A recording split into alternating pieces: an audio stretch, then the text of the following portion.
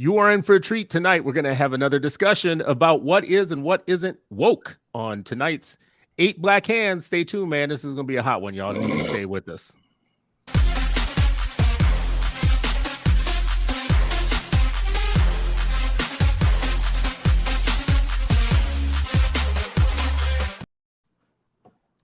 What's up, family? It's another episode of the 8 Black Hands. It is Sunday night. We're getting ready for the week, and we are your pre-game entertainment for the week to get your mind right, to get yourself back in line with your blackness. The 8 Black Hands, ready to give hands to anybody that comes for our 8 million black children in the public schools. Tonight, we're talking about wokeness. Again, it feels like we have covered this a lot, but you know what? It just keeps popping up. The way I want to frame it tonight, fellas, and you guys are welcome to push back, but this is how I want to frame it a little bit tonight. I think we need to start defining what is and isn't woke, and we need some sort of rubric. And you guys are educators, so maybe this is a rubric for this. What I'm about to say is a graphic organizer. It's a verbal graphic organizer. You guys can make it a rubric, but put things into 3 categories. Some things are in the category of typical American unconsciousness. Right? Just being unconscious. That's one state of being. The middle state is woke. That's in the middle. The middle state is woke. So it's unconsciousness, woke. And then the third level or the third degree is overwoke. Right? So I guess y'all can assume what that means. Right? You're either unconscious or you're woke or you done gone too far. Now you're in overwoke territory. And we could talk about some examples and see what y'all think. I do want to cover a couple of things. So we had a person who became famous again this week. She was already kind of famous. Her name is Bethany Mandel. She is I would call her a commentator. She's a right-wing commentator in right-wing media and press.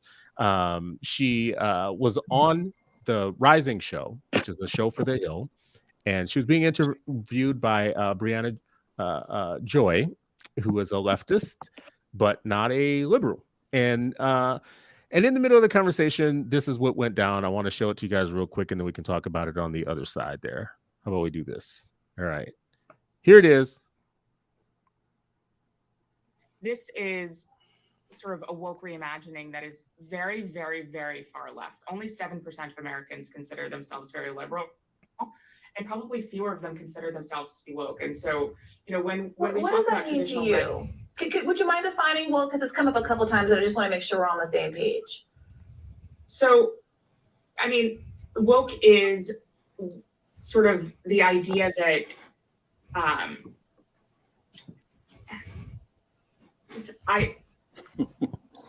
this is going to be one of those moments that goes wrong. I mean, woke is something that's very hard to define, and we've spent an entire chapter defining it. It is sort of the understanding that we need to totally reimagine and redo society in order to create hierarchies of oppression. It's hard to explain in a 15-second soundbite. Yeah. So really quickly, clarifying question, right? Yes, sir. Why the fuck did the panic attack happen? So people listening, the author, because no one's gonna know what you're talking about. The author here, who's being tripped up, who's like can't get over herself. Blah, blah, blah, blah, blah. Well, it's kind of goddamn. I wrote a whole book about it. Anyways, she wrote a piece the next day saying, I went viral and I was, humiliated, blah, blah. She says that she was having a panic attack because her kids were home. That it was one of the first days with her kids at home. I love how Brianna was like real slow with her too. And towards the end there, y'all didn't hear it. Brianna was like, we heard it.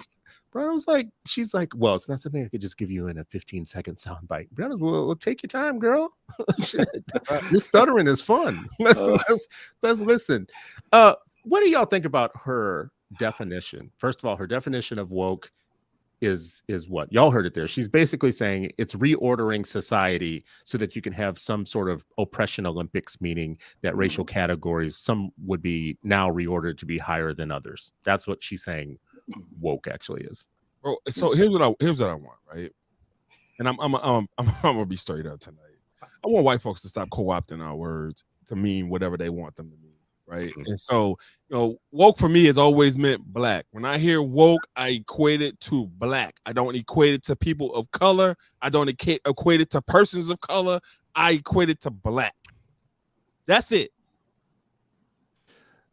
And okay, so you think she's just saying black when she says woke? I mean, I wouldn't disagree with this. I mean, really, but I think it's a little bit more like okay. Let me put y'all on the spot. Okay, you on Brittany's show, Robert Simmons. She says, I've heard you say this a couple of times. Woke. What does woke mean to you? What would you say? Woke means being aware of the systemic ways in which society and the world, for that matter, oppresses people of color. However, historically, the word is attributed to Black people going back to the 30s. And I think that's the part for me that there's like the word has been used, reoriented, and it's actually not new. So whenever I hear people say they're woke, I'm like, I mean, you actually ain't that woke because you don't even know the history of the word. So like, I just think that, Marcus Garvey talked about the terminology woke. And so like, you can go back even before Garvey in certain spaces, the early 2000s, it was a popular framing. And so I think that, for me, I just think of it as a way of thinking about the ways in which systemic injustice appears in our lives and in our society. And so I don't necessarily equate it singularly to Black people per se, because I think that intersectional oppressions happen all the time, but I do understand Ray's perspective because that is kind of, where we, the origin of the word as it entered the mainstream cultural conversation. So I don't know. Whenever I hear I'm woke, I'm always like, I mean, you wasn't woke before? Like what? I mean, Breonna Taylor, George Floyd had to happen in order for you to be woke. Like what would you? And again, I was 17 when Rodney King happened. And so if you needed other things that happened to be quote unquote woke, then like, I don't know what you were doing in between 1991, 92. They were ignoring it. I'm like, what did y'all think was happening amidst Reaganomics, amidst the so-called war on drugs and blah, blah, blah? Like, what did y'all, like, this isn't new. It just looked different. Hey, you should have went to him last, Chris. You goddamn race scholar. You can't go to I think every Black man's a race scholar. Correct. Oh, well, no, never mind. The moment I said it, Tim Scott went through my mind, and I was like, oh, listen, every Black person should be a race scholar and a race agitator, like they used to call them back in the day. They should be. Should be definitely. And I agree with you. I mean, the woke term is old. And, you even hear people like, Malcolm, who, that's that lineage from Garvey, down to folks like Malcolm talk about the opposite of that, like sleep, like folks who are asleep and to me, the definition is like simple, being critically and socially conscious about society and particularly how, race is used as a, to uplift some and marginalize others. But I think, even Dr. King talked about, staying awake. He used proper terminology. He's college when he's 15 and all that kind of stuff. So he uses the proper grammar and diction.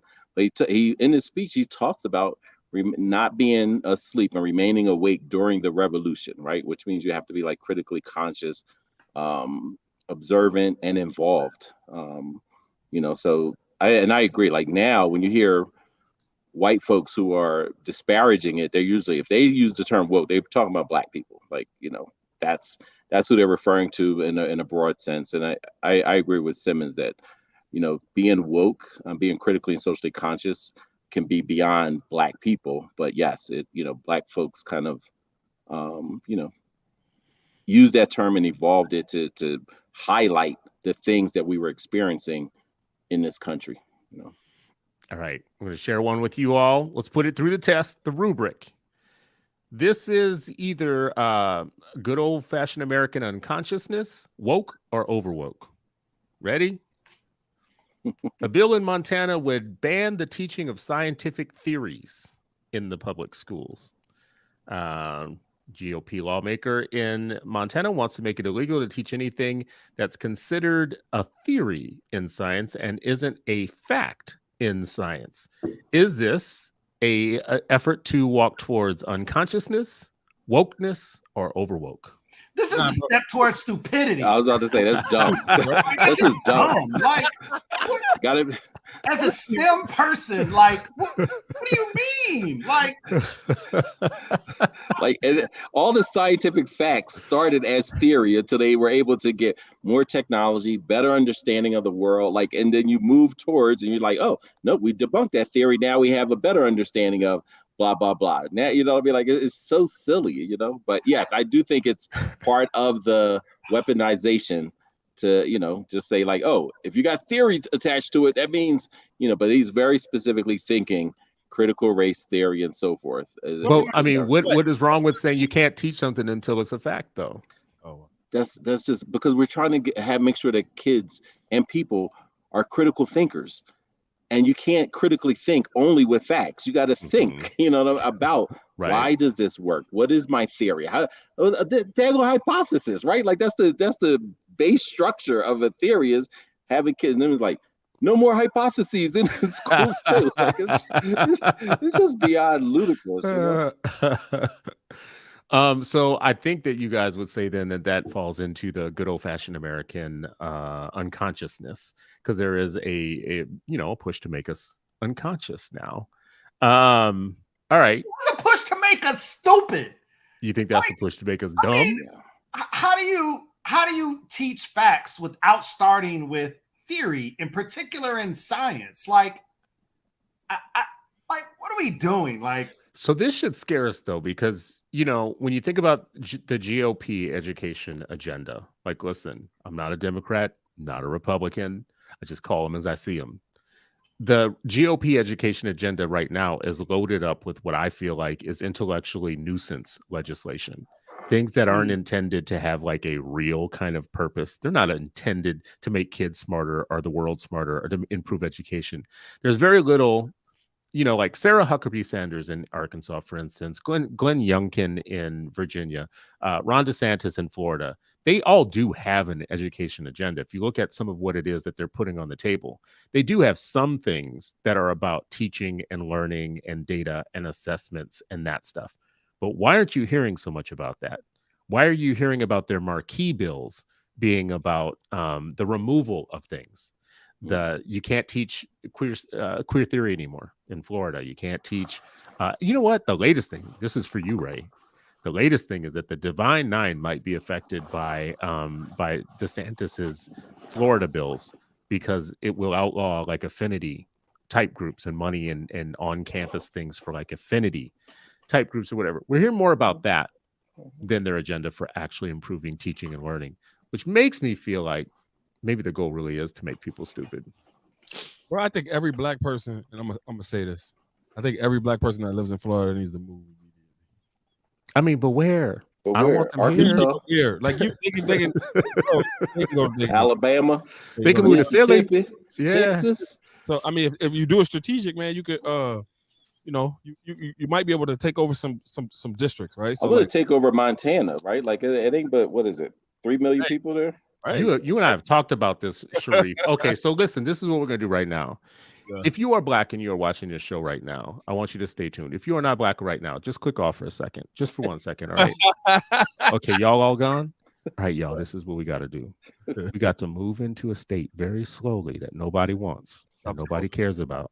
Ain't nobody give a damn about Idaho. So we all need to move to Idaho right now. Okay, we got this? Okay, we're going to start next Tuesday.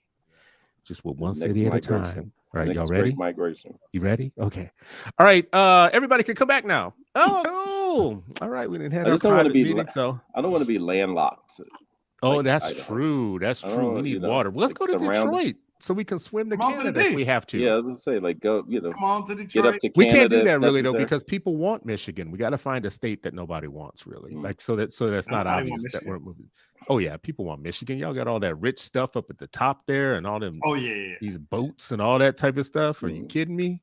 All right, y'all, here we go. Here's another Chris, one. The Yes. Florida thing is really interesting because it intersected with the Black fraternities and sororities when I was reading about it and how it would impact the fraternities and sororities. And I was really surprised that I didn't see a response in mass from the Divine Nine. Like I thought that I would see massive things. And Ray, maybe as a member of one of the Greek letter organizations, you heard, or like there were other conversations that I wasn't privy to.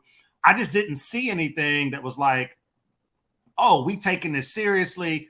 And there may have been students, but I would have thought that the national leadership would have had a public statement or things like that. So I was a little surprised at that. Yeah, look, if they did, we need a 10th. What does that even That mean? is true. That mean What does that even mean, bro?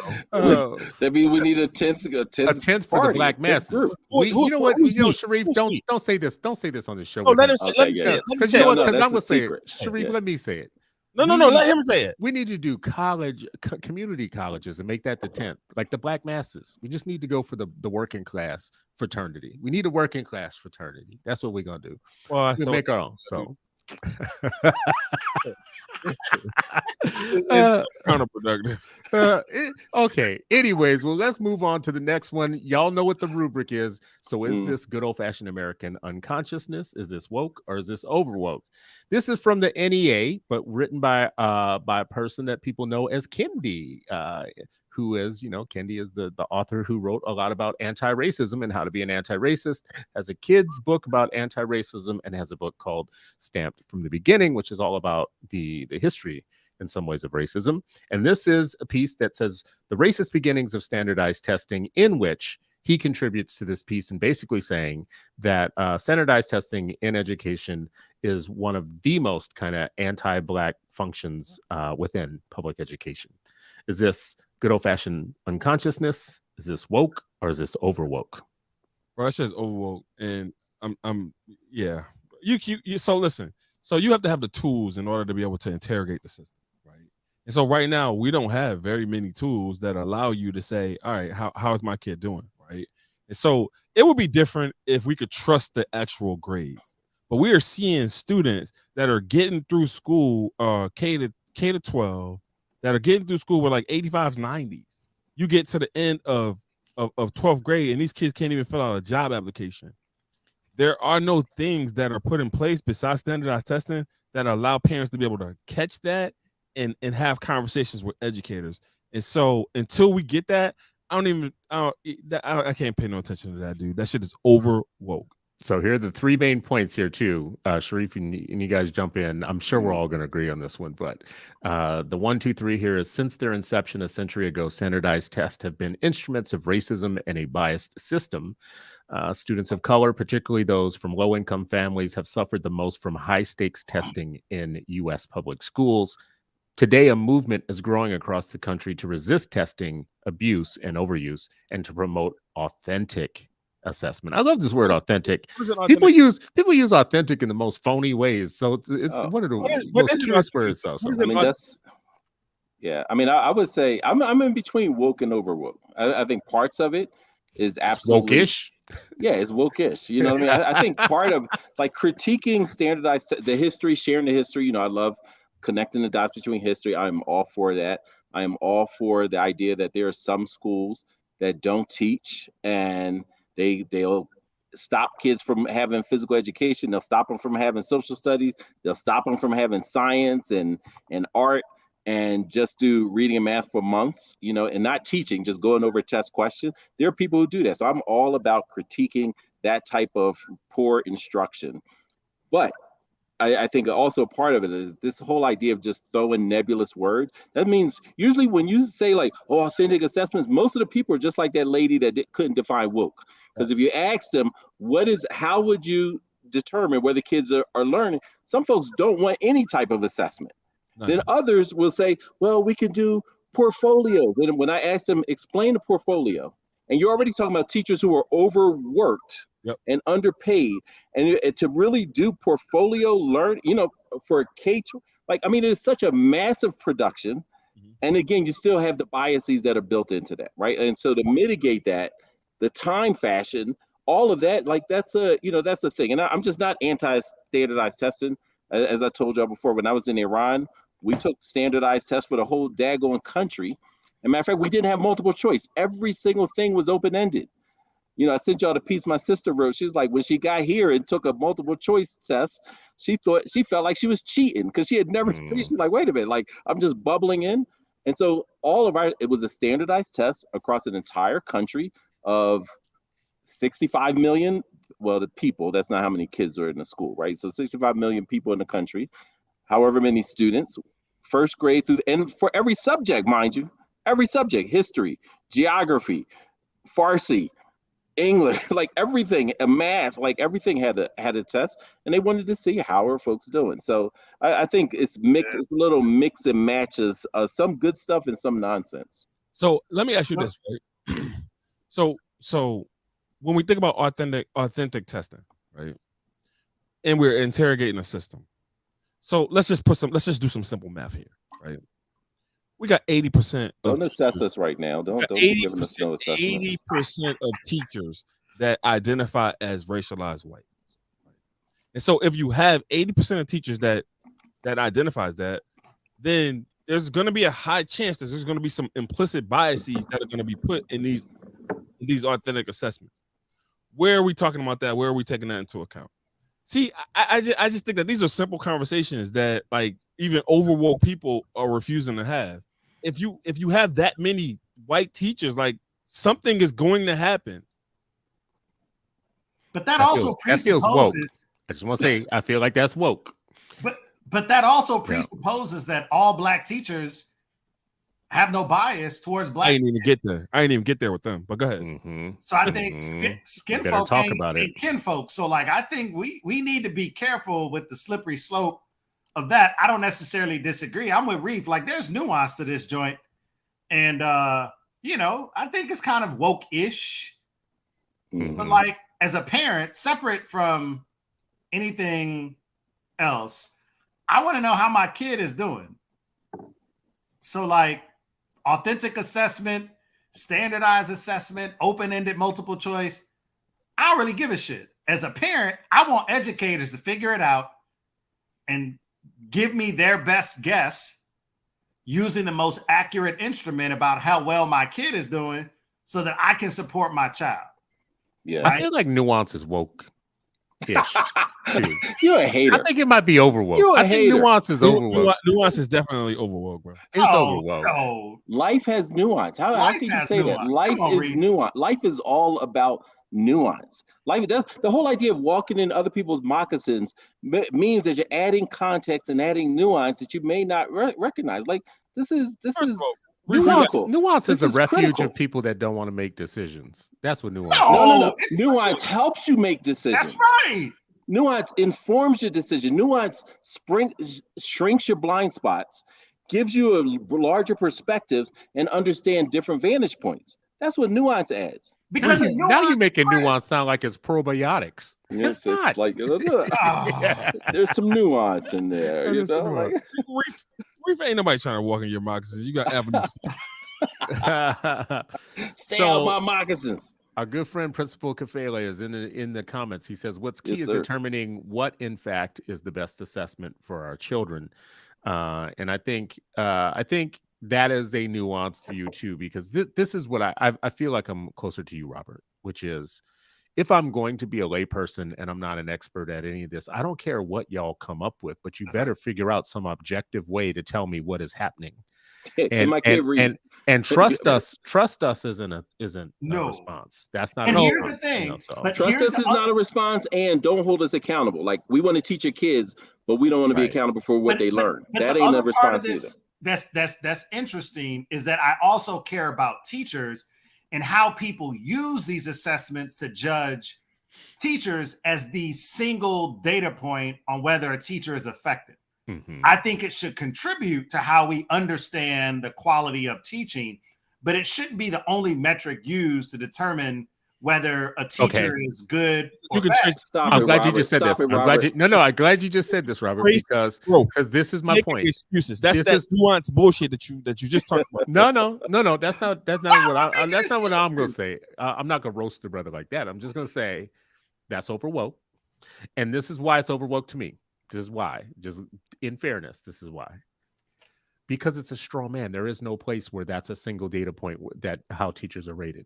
There's nowhere in the United States where a teacher is singly rated on whether or not her kids do well on standardized tests. There's not a single place. Show me a place. I dare you. I dare you. Show me one school district in the United States where 100% of the teacher's Fair evaluation enough. is a Fair test enough. score. There's nowhere where that happens. If it is disproportionately weighted, let me say So- that. Give me an example of where the weighting you think is out of whack. Oh, in DC public schools, No, like that's very successful. That's a very I'm about to successful. say, and The they're teachers achieving love at it. higher levels. What do you want? Yeah, and the teachers According actually to had a who? hand in According to designing who? it too. You know, Achieving at higher levels. Because According to I'm who? talking. We're talking about That's tests. I'm true. talking about specifically on the test. They on NAEP. Weren't they? I thought I read they were somewhere doing that they very were. well in TUDA have you for a seen period the of time. graduation scores But for black recently- children in DC? Yeah, recently it's bad. Well, In the everywhere. last couple of years. Recently? Yeah, so. Well, I mean, before the pandemic, they were actually making in terms of Yeah, and I'm TUDA talking about cities. pre-pandemic. I haven't paid Pre-pandemic, attention and for after people, that. when I say TUDA, I don't want to be using words that I'm just like. NAEP has a subset of cities that also do a sampling to do a city-based NAEP version, and DC is one of those places that does it. And in terms of NAEP cities that take that, DC was looking decent amongst those cities for years, and they fell off right before the pandemic and during the pandemic. So Yeah, I want to that's all I was saying. I want to take time to shout my teachers out. My teachers are very competitive, especially in grades 3 to 8, and so they thrive on the fact that they have a Heidi index score, which is highly effective, and improving development, right? And so all my teachers want to be highly effective, and they work towards it. And when we have data informed conversations, they don't shy away from it. In terms of student Call movement, it a Heidi system? yeah. Why And would so you call it a Heidi? Why can you call it a Kenya system or something like that? Why got to be a there Heidi? we go. Why Malik? got to be a Jill? Why didn't you just call it a Jill There system? we You know, go. Anyway. Acronym for All right, y'all. Well, listen, let's jump on this next one here. Unconscious, woke, or overworked? Woke. New York mayor backs city-funded drag queen story hour for school children.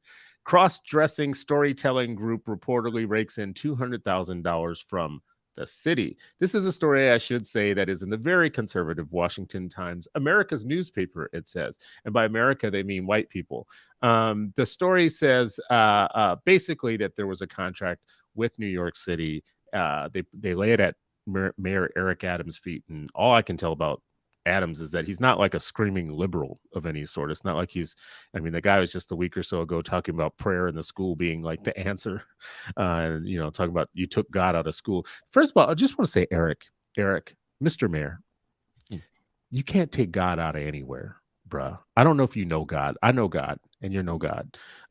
You can't take God out of things. call himself God. Bro. No, you can't take God out of things. God is in schools. God is wherever you go. Anyways, that's just my moment of preaching for a moment. But what do y'all think? Woke, over woke? We're talking about the city of New York. We're not talking about the Examiner's covering of this story. We're talking about this idea that schools are forming contracts as entertainment and as literacy, I think, with these groups that do this type of entertainment. What do you think? I don't oppose this. I think it's fun. Safety. Get him to safety. You know what? Listen, I'm with you, bro. I don't have a problem with it. I get why, it's jarring to some people. First of all, if you're not in New York, shut up. Right? Like if you're in Arkansas somewhere, if you're like, in backwoods or whatnot, maybe I don't want my kids going to Hubba Bubba hour or whatever y'all got going on there. Whatever, maybe I want my kids sitting with your sister cousins and whatever. Whatever. Sister, cousin. Yeah. No, I disavow. Like, listen, it's not your thing. It's not your city, it's not your place, it's not your thing. Why are we talking about it, right? And as I understand it, these things are generally voluntary, meaning like yeah, you can opt in, opt out of it, whatnot.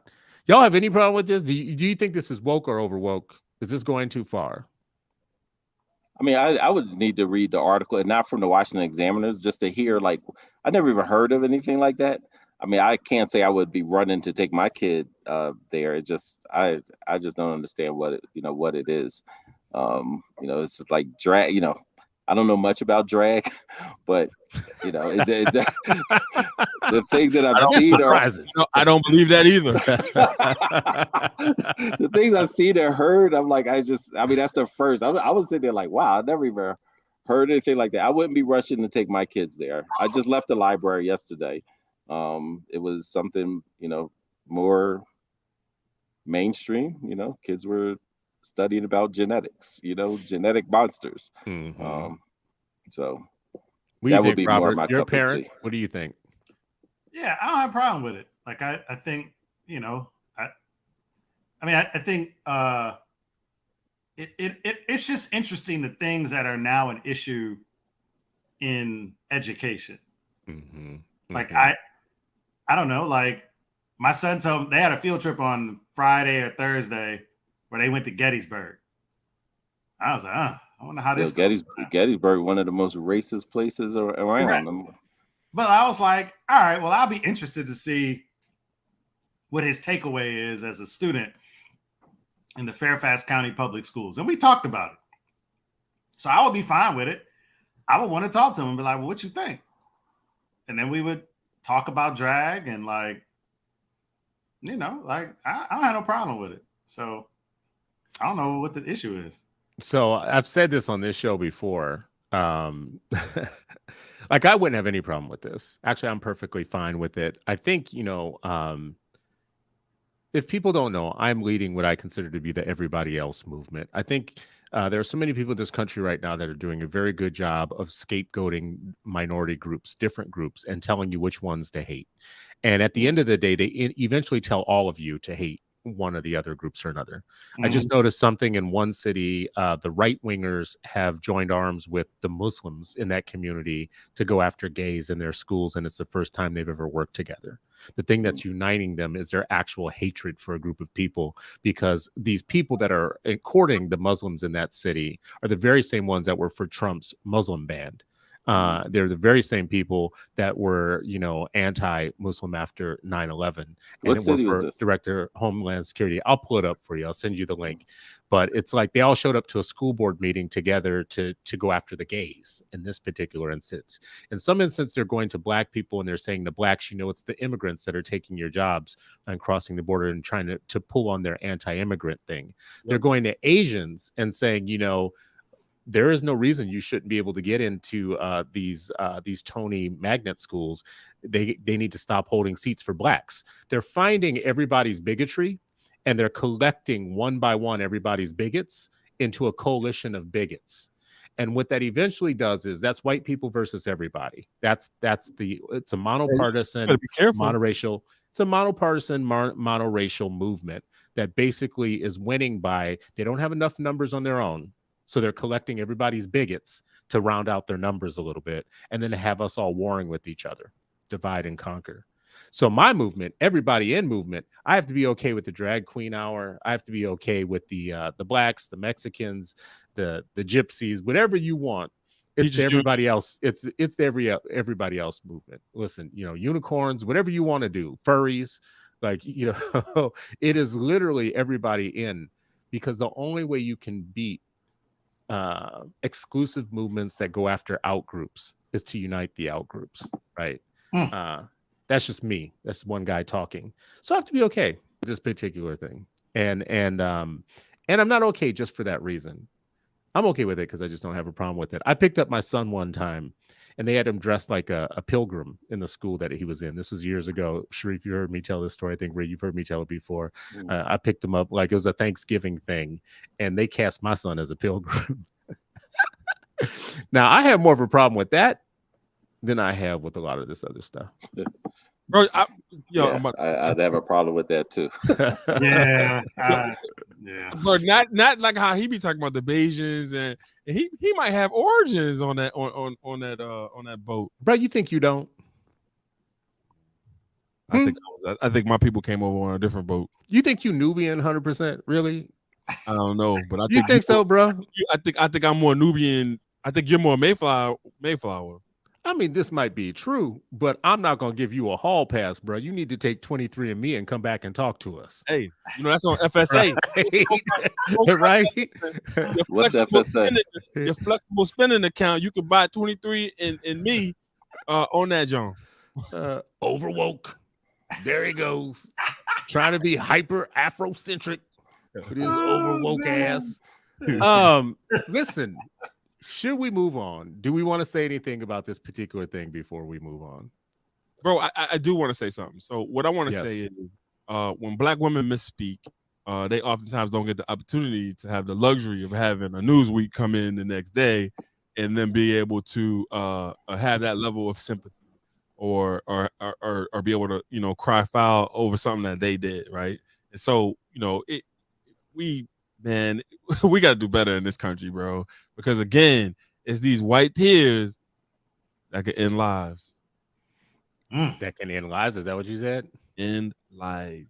All right. So for people listening and watching, I just want to make sure that you know what Ray is talking about here. We'll put it up on the screen. We talked earlier about Bethany Mandel, who's a conservative speaker who was the one in the video who couldn't define woke, even though she's written a whole book that has a whole chapter on the concept of woke. Right after that went viral. Millions of people saw that clip. What happened was she wrote a piece in Newsweek, that says, "I was asked to define woke. My humiliation went viral," by Bethany Mandel. And this was like a day or so later. And she goes in this particular article, she is what I call sympathy trolling. She is actually looking for your sympathy. She's crying. She's saying that right before she went on air, she heard the two hosts talking about parents in a way that made her very uncomfortable and mad, and she felt attacked by the left. And she had 6 of her kids. She's the mother of 6 children. She had kids home that day. They didn't have adequate kind of health or care for their kids that day. She started feeling a panic attack was growing while she was in the middle of this brain fart that she had, this extended kind of brain fart, the sloppy shart that she had going on, like in the right on TV. And it was all because of something you should be super sympathetic for. We should, number one, we shouldn't talk about the thing that they always talk about with us about, which is being excellent and meritocracy and having your facts in order and having, defending your thesis and all your stuff like that. No, we should center her momness, her white momness, and we should be sympathetic to somebody who is daily going after other people for just living their lives, for just being who they are, mischaracterizing them, trying to direct hate towards them, trying to get other mommies, other fanatical mommies to attack people. But we should be sympathetic to her. We should center her. And this is something I tweeted today. In the olden days, they used to use the white woman as the impetus for anti-Black laws. We're protecting white women. What they're doing now is they're protecting the white mom and child as the ultimate reason and rationale for all of their anti-Black laws that they're passing now. And the way that they do it is finding relatable faces like this. Who could be mad at a face like this? Except for when you figure out that most days, this relatable, friendly face with this smile is literally driving people to harass educators and families and children and students and other parents who don't happen to have the white woman's kind of sympathetic profile in media. Well, not only that though, Chris, who the hell writes a whole chapter on something and can't give you 15 seconds? A book, right? Not a chapter. Book. Well, she said she dedicated a chapter to woke. Just right? the woke part. Right. And so if you write a whole chapter, I didn't even know where she went to school. That system failed her. Well, I mean, listen, I mean, I don't know how. We're the ones that are unqualified all the time. We're the ones that are always unqualified. We're the ones that, get by on our race and not our merit. And but Chris, her inability to respond reminds me of the people who can't define what critical race theory is. Facts. Same thing. And like, I just feel like it's an epidemic of word vomit and just stupidity because they've latched on to something that somebody has put out there, and it's convenient. It's a convenient way for them to find a boogeyman when there's no there. And that part for me is just so fascinating to watch because, again, Mothers of Massive Resistance, which is over my left shoulder, is a book that talks about this type of behavior, right? And this isn't new. Just like the term woke isn't new, this type of behavior isn't new in our society. And, I see somebody in the I gotta find that Rolling John. We're gonna make it. I haven't seen that Roland Martin joint. She was on there. Oh wow. Yeah. Oh, okay. I need to go find that joint. I mean, because a lot of this stuff doesn't stand up to, again, critical thinking and critical questioning, right? It doesn't stand up. For people how many folks are like, I have no idea what CRT means, but it's everything I don't like, So if they can attach that, and that was the goal anyway, right? So yeah, the boy Rufo was super successful. He said this is where he's going to make it, and he did it, right? Like, and so this is just a consistent pattern of whatever. Look, I remember, who was that? Somebody was just talking about this, where they were getting stopped. Now imagine this is like in the 60s, 70s, and it was like Black is Beautiful term. When people were like really pushing this idea, like, hey, don't let them define your beauty. And someone was talking about the story of that they had to remove bumper stickers because they were the cops were targeting them. So you were getting more stops if you had anything like Black is Beautiful or Black Pride, anything like that, you were a target, right? So they've always hated anything that talks about us trying to, resist and push back and, what I mean, like the oppression and the just the nonsense, the constant attacks. And I didn't even realize, that they were like, no, we were peeling off our bumper, we got them and we were hyped. We were literally taking them off because we realized we were just getting stopped over and over and over again. Well, I think it's so interesting about that is, I said it years ago with I'm thinking of Tycel Nelson, with Trayvon Martin, that, it's like, it's not rare that we get indicted for our own murders, right? So this brother gets killed, 17 years old, definitely told, the person who murders him is told by police, don't go after him, knock it off, stop it, whatever. He ends up dead and he gets off walking. And then the media and others, he was dressed like a thug. Maybe if he wasn't dressed like a thug, they started indicting him for his own murder. That's the history of the United States. That is the United States history of its relationship with the Black person.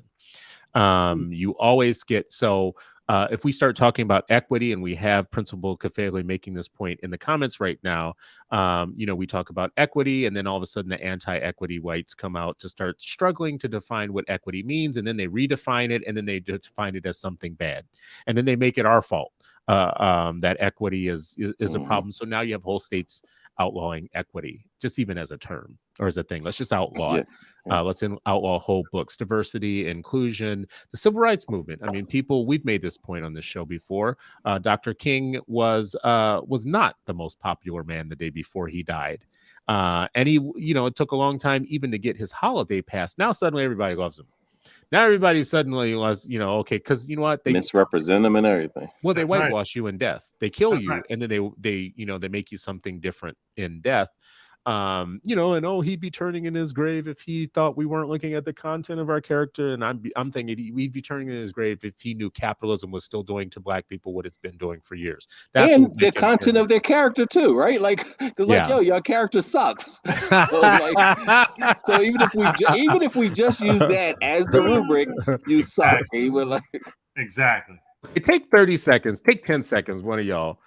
What is a rubric? Because I said that I had this rubric tonight. It's not a rubric. It's a graphic organizer in my mind to say if something is woke. And I'm like putting things in 3 categories. That's all it really is. It's not a rubric. So what would be a rubric for wokeness if we wanted to have one? No, I mean, that would be a rubric. You just have to define it a little bit more under each one, like what would qualify and what would, what I mean? So it would say like, oh, this is semi, it just needs it can even include non-examples. So it would just be fleshed out a little Bro, bit All more. right. Well, then Yo, good. I'm hey, educated. The rubric you put out was better than 85% of rubrics that's coming out of teacher education programs right I now. appreciate you, brother.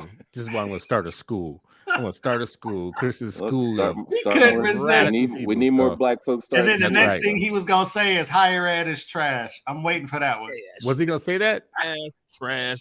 All right, y'all. Well, listen, I saved kind of one of the this topic, and I don't know if this falls within our rubric of what's woke Nah, or this not is a woke. totally and all different that topic. stuff. This is a new lesson plan.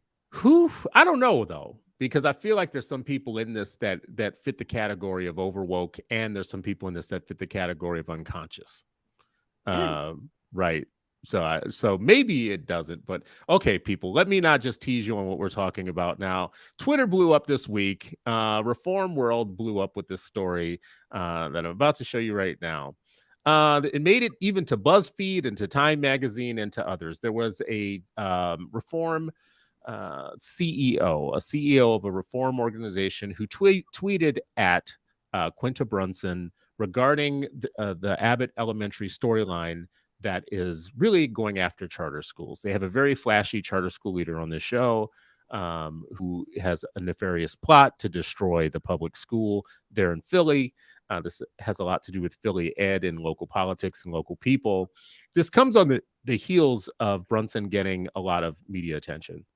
And people like me and others really congratulating her on going from being somebody that was at BuzzFeed doing kind of more quick hit media clips, who has a whole ass show now that's pretty funny, a Parks and Rec type of show.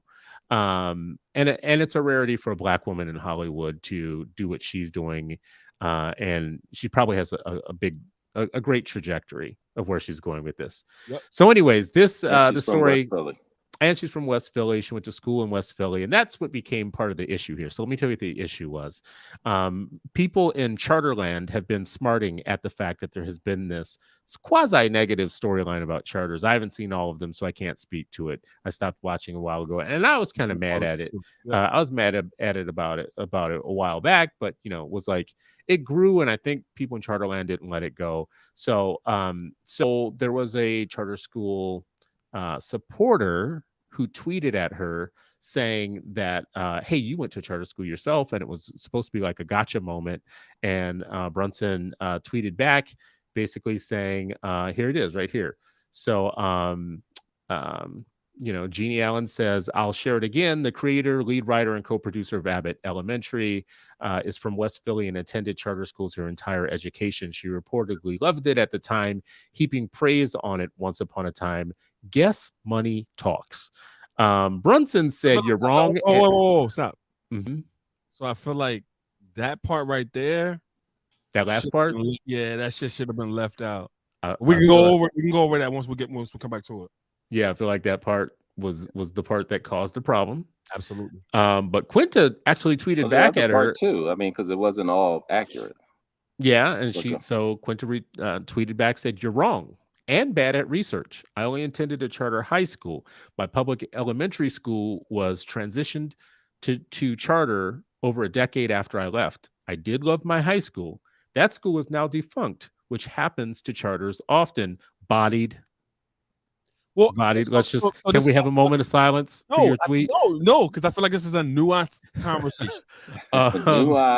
You can use nuance, but we can't use nuance. He's only a fan of nuance when he's using it. Like, that's the whole thing.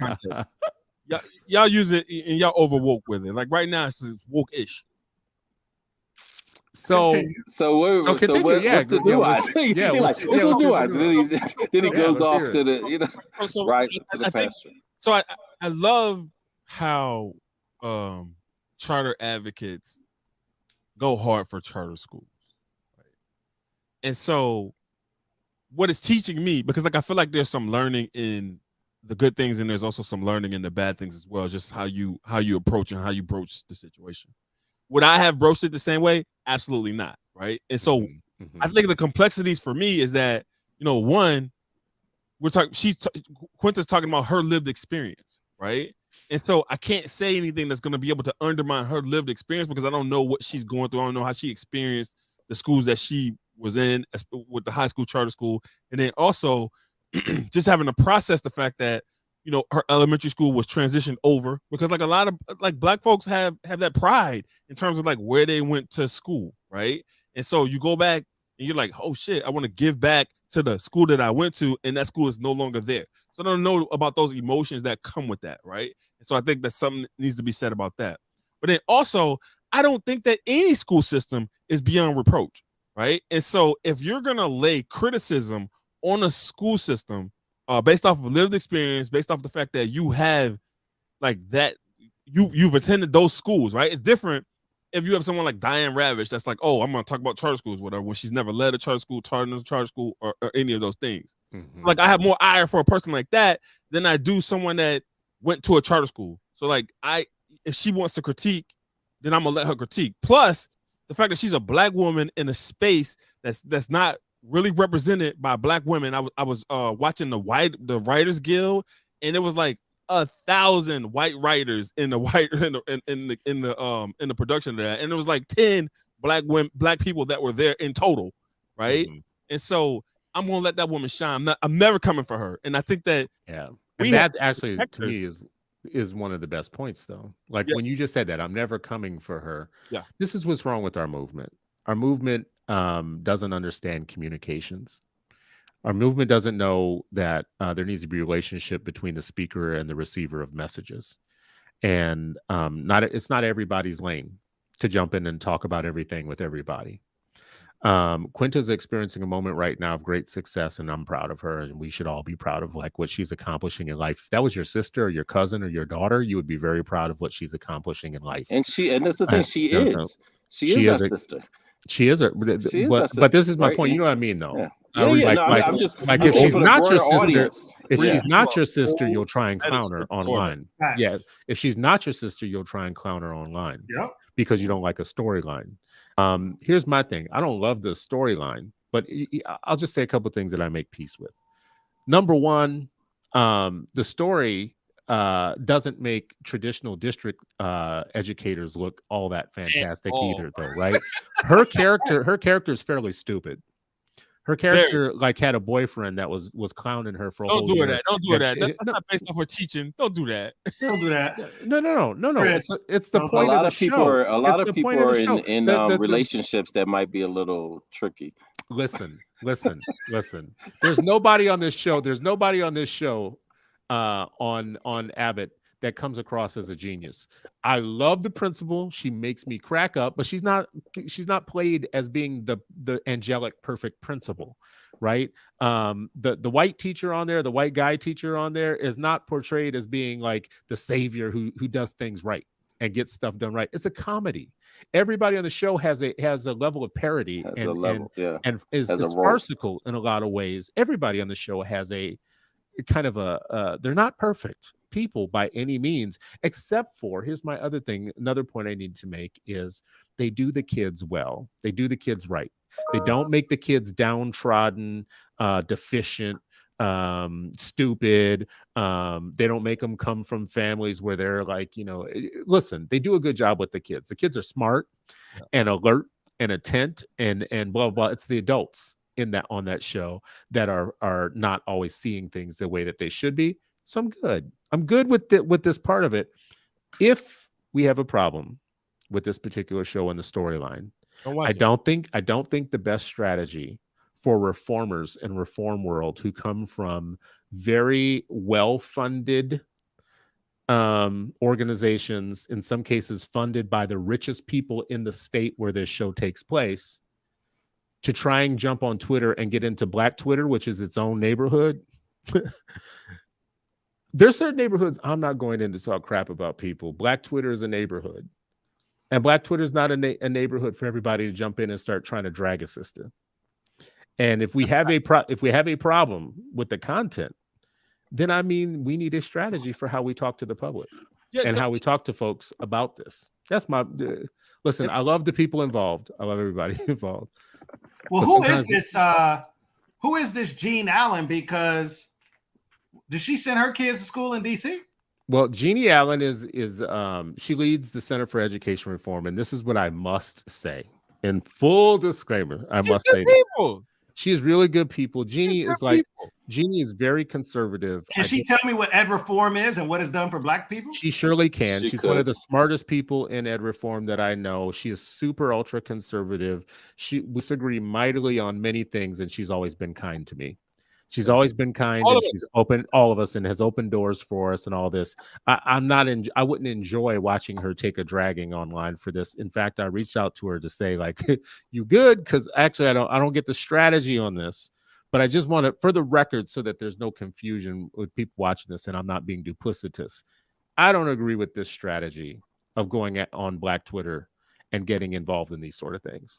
At the same time, I have to say she's one of the people in the conservative movement who you can disagree with mightily, and she's still kind to you and 100%. still opens doors for you. Yep. I mean, as a matter of fact, I can go to a Twitter. I can go to a Twitter conversation that I had with her, and it was previous on Quinta, and I was like supportive. I'm like, yo, go ahead, Black woman, whatever. And then she, was critical of my tweet, and I was like, what you out here policing Black bodies? Like, yeah. So, but she received that, right, and like she may not have agreed with it, but she's definitely a person to where you can have a logical conversation to kind of lay down like how you feel about something and whatnot, and she can be reflective about that. So shout out to her, because like I don't think she's the enemy here. I just think that tweet landed wrong. Yeah, I mean I've worked on a few projects with Alan, and you know what I mean. Like I disagree with the with the tweet. I think because there's also like just added context. So like one. And we've had a conversation about this show. I like the show, and the part that you said about Chris, like everybody on there nobody's like the shining prince or princess on the show, right? Like they're all exaggerated. Yeah, I'm talking about like the adults. So they're all exaggerated roles, and you can see a little bit of truth and a little exaggeration and comedy. And all that, right? Like I was a principal for 16 years, right? Because we had some friends who were just like, "Yo, I hate how the principal is portrayed on there," right? So I think everybody has a right to their opinion and liking or disliking certain things. Like I was a principal for 16 years. I was just like the lady's funny. It's a funny character, and that's how I look at them. I look at them as characters. The interesting thing is, Quinta's elementary school, it was a turnaround. It didn't close. It turned around and it became a charter. So it was a turnaround school. As a matter of fact, it's, full disclosure, it's a mastery charter Harrity school. Mm-hmm. I was around Harrity before it became a charter. And there was a reason that the district asked Mastery to turn it around. There was a reason for that. The school I first became a principal was down the street from there, and I would visit there. So, you know what I mean? Like, so that's one part. Like, that's just, you can't capture all this stuff in a tweet, right? That's one thing. Then Quinta went to a magnet school, same magnet school that my son went to for middle school, and where they both had Joyce Abbott, who the show is named after. Phenomenal teacher, in the traditional public school system, but also a magnet school. And then, as she mentioned, she went to Chad, which ended up being closed by the school board a couple years ago. But I think all of this, I think it's just hard to have these type of conversations on Twitter, right? Like, and my thing is, what I thought about was what Elijah Muhammad said one time, is like, don't condemn if you see a person has a dirty glass of water. Just show them a clean glass of water that you have. When they inspect it, you won't have to say yours is better. I really think some of it is like, we really have to focus on making the best experiences for kids, right? Like, I think when we get into these battles, I just don't see it being a win-win situation. You know what I mean? Particularly when in places like Philly, there are about 70 charter schools, 78, it probably was 80. Now they closed so many, it's 70. But just, the fact that they close charters doesn't mean that traditional schools are better. Like that's not what that automatically means. It means that they have a 5-year window. Every 5 years, they have a window, right? Where a district school does, just because they lasted beyond 5 years, because they don't have that accountability system, doesn't mean they're automatically, oh, that's the best thing, right? Like, so it's so much. I wouldn't even call this nuance, because these are big, heavy facts about what's happening. But look, I love this show. I support the show. I appreciate Jen. As I said, I worked on several things, that she leads, and I just I just don't think that was the right tactic and strategy. And it's like my mom used to watch MASH, and so I would watch it with her sometimes. Huh? Nothing wrong with that.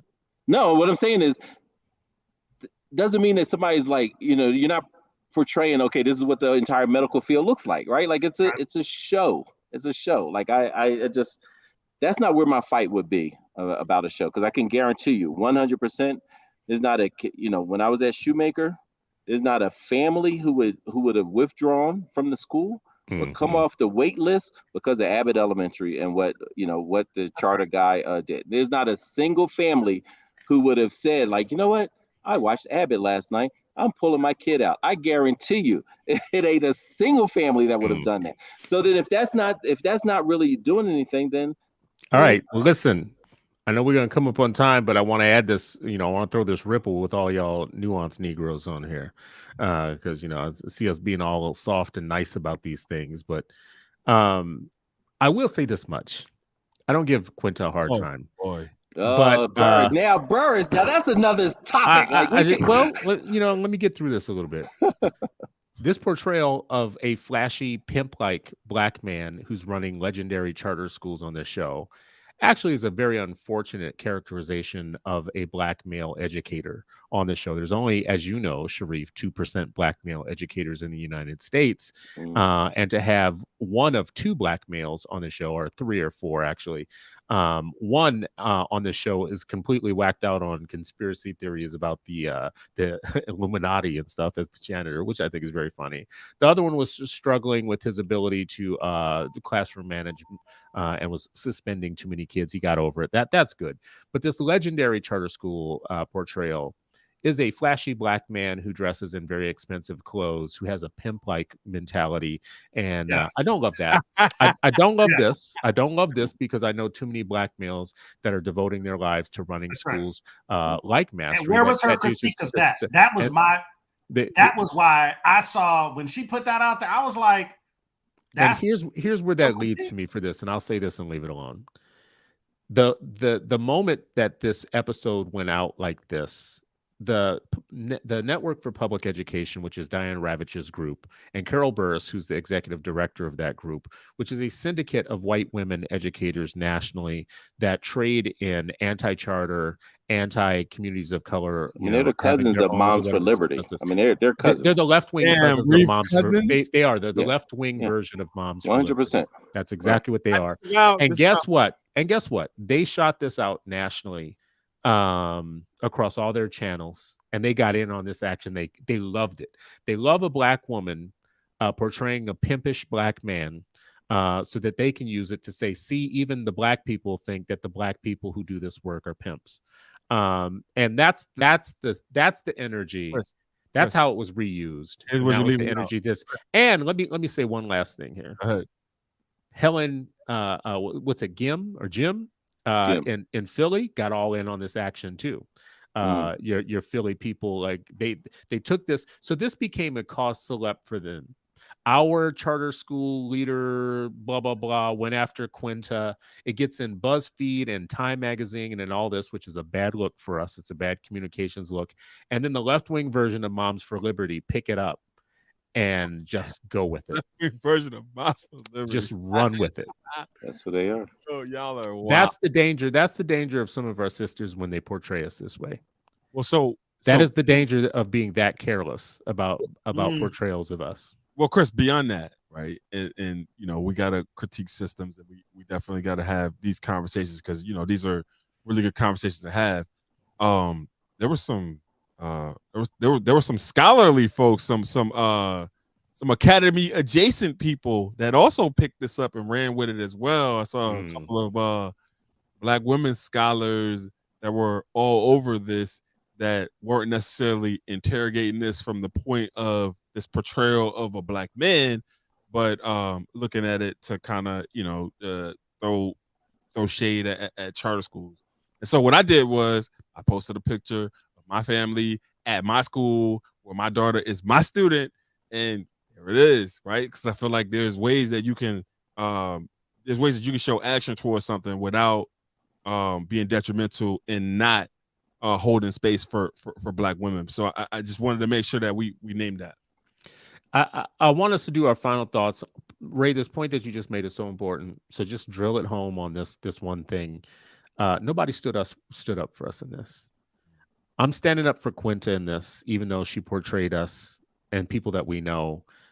Very rare that you have Black male educators, period, in any education system in the United States. And this is a very kind of hack job on who we can be when we are in the role. There's too few of us to allow for this. Mm-hmm. And what you just said, Ray, I saw it too. A bunch of Black women stick together, solidarity, online activists, like she's golden, she's this. Nobody's sticking up for the portrayal of us in this. Wow. This is a Black male education podcast, father powered, trying to make fathers and Black fathers not be invisible and not make us as men be invisible. And there's 3 of us on this show. 3 of us have real problems on the show, but one of us is really some of the most kind of sewer depictions in terms of character, morality, talent, whatever. And no one stood up for us. No one is standing up for us in this one. Not even our sisters are standing up for us and wanting us to do better. And the white women are dragging us. They're taking this opportunity and taking this portrayal to drag the shit out of us on this one. And this is going to apply to some brother somewhere in some local area who's one of those left-wing Moms for Liberty types is on his heels right now, who's going to call me when he gets in the middle of a bad situation, is going to need comms help because he's got people coming after him for no good reason. Yeah. That's my last word. I'm going to leave it there. That's my last word for the show. I'll do a roundabout with you all. Let you guys round it out on this night about wokeness and this night about portrayals of us and who gets to talk and who should be doing the talking for us and all that. Just think about your thoughts for a few minutes. And who should we start with? You in Lone Rock, Reef? Ree is in Lone Rock, Random Ray. Yes, he is. Let's land this plane. Listen, I hear you, and I totally received that, Chris. And yes, I hear you, and it's also a comedy, it's a show, and I've seen a whole lot of well, I can't even say I've seen it. I've seen a whole lot of other things that depict us, and it is mad celebrated. I don't watch them, but there's a whole lot of shows that I think is absolute garbage, and people love them. And I think the depiction of the Black men in those spaces is absolutely whack. And I'm like, but people absolutely love it. Black folks love it. And so, I will say that it was interesting that how on Facebook they have the memories. So the memory that popped up the past couple of days for me was in 2016, where I had to, it was our charter renewal. I tried to put it on Twitter, but I guess it was too long. It wouldn't go up. But I did put it on IG and the other on TikTok, where a group of us, we testified, about our charter, and I think to me that's like putting that clean glass next to the other one. The schools that were in our neighborhood, the Shoemaker before it was a turnaround charter, and just depicted, here's what we are doing, and the thing about it, the students who attended were also able to go there, and some of them also testified. But them, to me, that's the clean glass. Their experience, and wherever they're going, that's the clean glass for me, and that's what I'll always lean forward with. Here's what these students are saying. Here's what they're experiencing. Here's their lived experience, and here's what they're saying about our leadership. Whatever school is being led, whatever district is being led, what are the students saying? And so for me, that's my final piece. I'll try to put it on Twitter again, but I might have to get some tech help to do that. Oh, Lord have mercy. Raymond, what about you, sir? Yeah, so just coming off my Pahara week, so I just want to shout out my cohort. Shout out C40 in the building.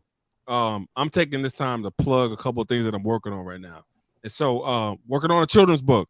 My illustrator is going to be one of my cohort members, Graham Brown, executive director of Forte Prep. About to put something out a couple months. Second thing is my cohort. We have 4 members of my cohort that are involved in a podcast that's in development right now. We're calling it the La Familia podcast. We actually shot the pilot episode and 5 episodes at Lone Rock. So we are the first cohort to produce and go into production with a podcast from our cohort. So shout out to the folks. And if you are a leader out there and you're thinking about transforming your leadership because you want to be a better leader, the Pahara application is out right now. You don't have to be referred in order to apply. So if you feel like you want to be transformative in terms of how you approach leadership, please apply to the Pahara Fellowship. And I just will say before we go on to Robert, I just will say if you are writing a children's book, I'm buying your children's book, just so you know, for the record, and for people listening and watching, we support Black letters. And when Black men who are in education write books, guess what we do? We buy them. We buy them. It's it's not hard. It's called Amazon or wherever you put it, Ray. I don't know how you're gonna be selling. You sell out your trunk. Anyways, let's move on. Maybe. Black bookstores, bro. Black bookstores. Black bookstores. Get them there. Robert, what's your final word, sir? My final word goes a little different direction. This is for all the DC folks listening to the show who will listen going forward. We lost a great one, Shanita Burney, over the weekend. Way too young. She was the chief of family and community engagement in DCPS. She loved Black people. She was an AKA, had a daughter, and she lost her fight with cancer. So, I'm dedicating today's show and just a lot of my time as I've kind of reflected on some of the conversations we've had and just my positionality professionally of how can I work to support schools and organizations to do family engagement through STEM education in honor of Shanita Burney. But she was just amazing. It's a tremendous loss to the DC community, to family and community engagement nationally. And, shout out to Kaya, who was close with her, Josephine Baez Robinson, like my whole DC family is mourning, and just want to lift her family up right now in prayer. The ancestors have called her home, but we, stay vigilant with making sure families and kids have what they need in DC. So just want to lift up Shanita Burney. Our condolences. Condolences, and may her memory be a blessing, and may we carry on the work that she is known for, all of us. That's the best way, I think, to remember people, is to keep their work going so that it never dies.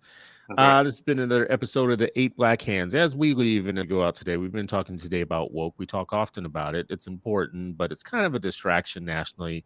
We're trying to get 8 million Black kids educated. And, oh, by the way, there's 13 million brown kids that are in our schools that also need attention. Basically, all of the kids of America need our attention and our support to do good things for them.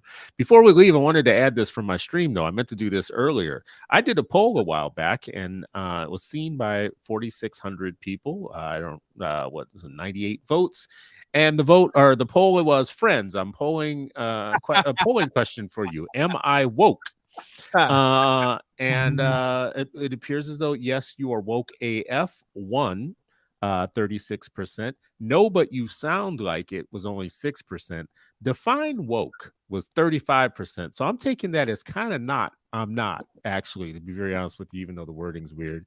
And it's complicated was 21%. And I think that it's complicated people are the people who've known me for a long time and know that I'm a libertarian, but don't understand my voice change over the last couple of years on matters of anti-racism. That might be a thing where people who knew me as a libertarian and have for years didn't know that my libertarianism was rooted in anti-racism.